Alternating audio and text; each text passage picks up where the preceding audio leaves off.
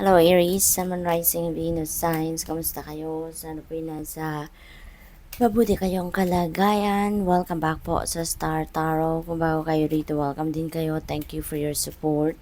I truly appreciate it. God bless you all, Aries.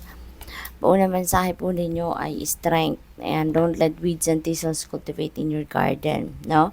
Pagkos, maglakas kayo ng loob, no? Lakas na ninyo ang inyong loob para maharap ninyo kung ano man yung mga sitwasyon na sa tingin ninyo medyo mahirap para sa'yo, or baka meron kayong mga situations na medyo challenging, no?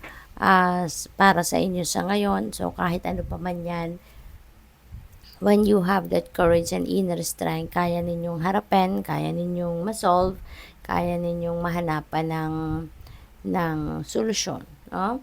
Kaya magpakatatag kayo. Hidden depths, you may only see the surface, look beyond. Ayan. So, lalo-lalo na, importante ito sa mga pagdedesisyon, 'di ba? Kailangan tignan ninyo maigi kung ano yung sitwasyon ninyo, hindi lang kung ano yung nakikita ninyo sa ibabaw, or kung ano lang yung nakikita ng inyong naked eye, no? You need to dig deeper into the situation para makita ninyong maigi ang truth, no, ng inyong sitwasyon. Para kung magdesisyon man kayo, hindi yung magdedesisyon kayo na ang basihan very superficial lang, no? Bagkus mas magiging mabuti and efficient, no, yung magiging desisyon ninyo dahil tinignan ninyong maigi, no, kung ano ang nilalaman ng inyong sitwasyon. Kasi maaaring may mga mas malalim pa na dahilan, no, or may mas mga malalim pa na bagay na kailangan ninyong i-discern, diba, bago kayo magdesisyon.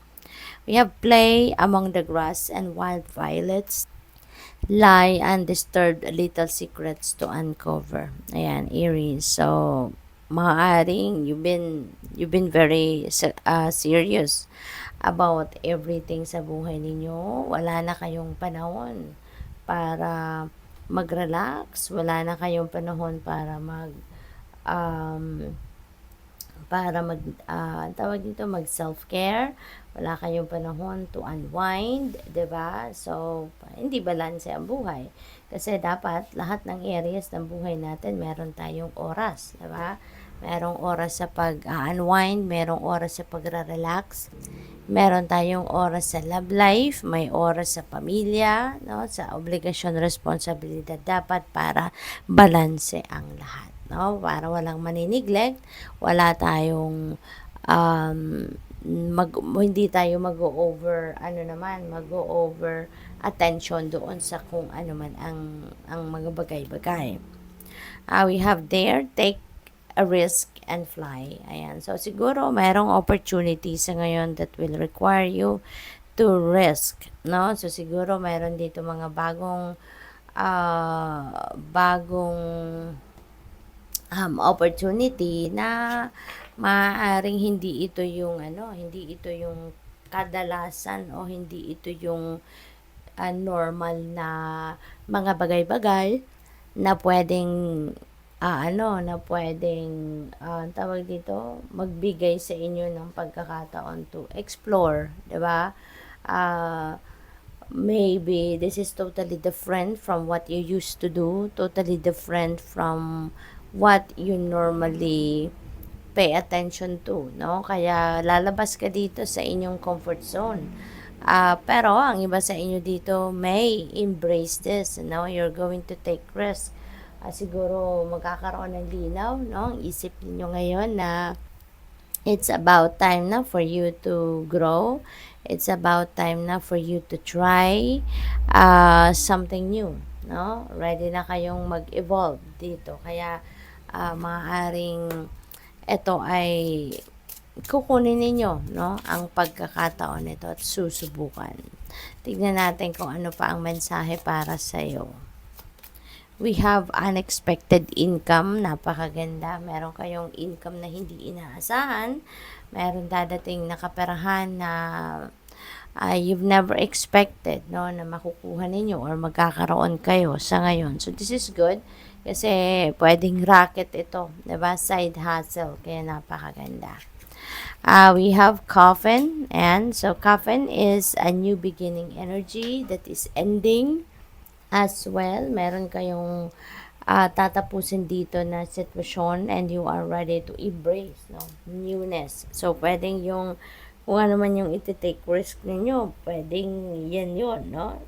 Pwedeng trabaho, diba? Baka meron kayong iiwan ng trabaho na and kasi gusto mo na magsimula ng iba naman, no? Gusto mong sububok ng iba naman trabaho. So, pwedeng ganun yun. Or, pwede rin naman na hindi. Depende sa inyong sitwasyon. It could be also relationship. Pwede rin naman na ganun. Pwede rin naman na yung source of income ninyo since we have an unexpected income na message dito. So, pwedeng kung ano yung source of income ninyo, pwedeng yun naman ang babaguhin ninyo, no? We have thief. Mag-iingat din kayo ngayon, Aries. This is a warning para sa'yo.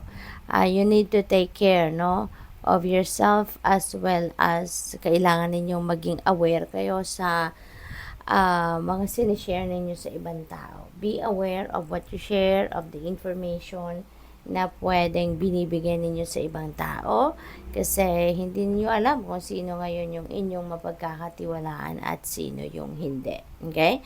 So, it is important for you to be cautious, no, sa pakikitungo sa ibang tao. It's important for you to be cautious sa pag-aano ninyo, sa yung pag-share ninyo, no, ng kung ano man ang, kunyari, ideas ninyo, mga plans ninyo, mga dreams ninyo. Aware kayo dapat, no, na hindi ninyo ito basta-bastang sasabihin sa iba, no, kasi hindi mo alam kung sino yung mapagkakatiwalaan mo at hindi. May mga concerns din kayo, no, siguro, maybe you are concerned about money. Pwedeng ganon, kasi nasa taas niya, income energy. So, pwede nag-worry kayo about money, about trabaho, or siguro dahil mayroon kayong bagong trabaho or bagong source of income, maybe you are concerned about it. Kasi, syempre, kapag bago, mag-a-adjust ka, diba? Meron kang mga bagong gagawin. So, hindi, yung pang mag-aano ka muna, magsasanay ka pa rin dito sa bago mong trabaho. So, pwede yun ang mga concerns ninyo sa ngayon. Great fortune, napakaswerte ninyo sa ngayon, Aries. At ang swerte ninyo ito, hindi lang ito sa isang parte, no? It could be in all areas of life. Pwedeng siswertehin ka dito sa pera, sa trabaho, sa love life, diba? Sa mga ina-applyan ninyong trabaho, examinations, or whatever, no? Yan ay pwedeng mabalot ng swerte. Official person. Ayan. So, maybe you're dealing with an official person. Baka, baka nasa mataas na posisyon ng trabaho niya ito. Pwede rin na official ng gobyerno ito. Pwedeng mga leader ito, no, sa inyong society that you are going to be dealing with at this time, no?